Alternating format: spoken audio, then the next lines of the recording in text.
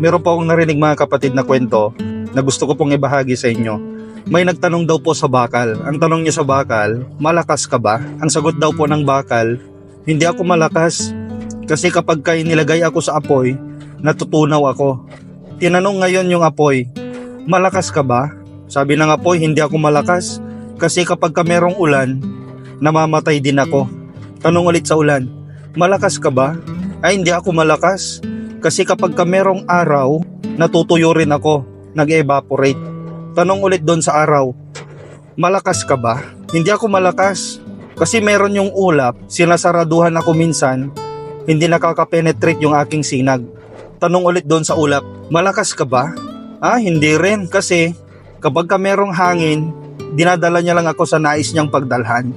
Tanong po ulit mga kapatid doon sa hangin, malakas ka ba? Hindi rin ako malakas. Kasi kapag naibabangga ako sa naglalakihang bundok, nabibiyak ako, hindi ko kayang i-penetrate. Tanong ulit sa bundok, malakas ka ba? Hindi ako malakas kasi meron ang tao. Kayang-kaya niya akong bungkalin, pwede akong mapatag. Tanong ulit mga kapatid dun sa tao, malakas ka ba? Hindi ako malakas kasi meron ang kamatayan. Tinatalo ako ng kamatayan. Totoo naman dahil ang tao po mga kapatid ay mamamatay at mamamatay. Tinanong ulit ang kamatayan, malakas ka ba? Tumawa po yung kamatayan, oo, malakas ako. Ako ang pinakamalakas. Tama naman, pinakamalakas ang kamatayan kung hindi dumating ang Panginoong Hesus. Kaya po naparito ang Panginoong Hesus mga kapatid upang gapiin po ang kamatayan. Tayo po mga kapatid ay naniniwala ng Panginoong Hesus ay namatay, subalit muling nabuhay.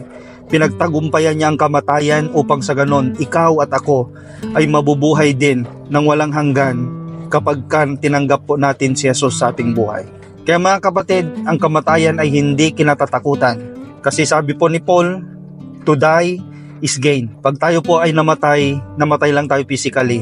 Pero yung spirit and soul po natin, mabubuhay po kasama ang Panginoon. Pag nabuhay tayo, na siya ang ginawa nating Panginoon ng ating buhay. Purihin po ang Diyos na buhay. Nawa po mga kapatid, mamuhay tayong kasama ang Panginoong Hesus. God bless you.